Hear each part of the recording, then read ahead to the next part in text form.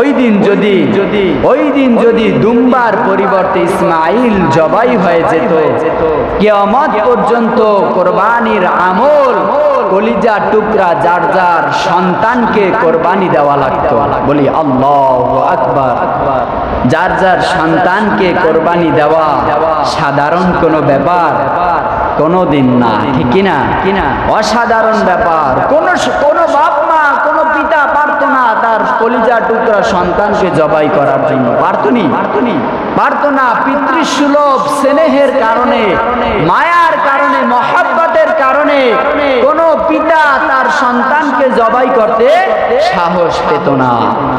তাই তো আল্লাহ তাআলা আমাদেরকে কোরবানি নামক বিধানকে আমাদের জন্য সহজ করে দেওয়ার জন্য ইসমাইলকে সরাইয়া আল্লাহ তাআলা ফেরেশতাদের মাধ্যমে জান্নাত থেকে দুম্বা তার শরীর নিচে বইরা দিছে।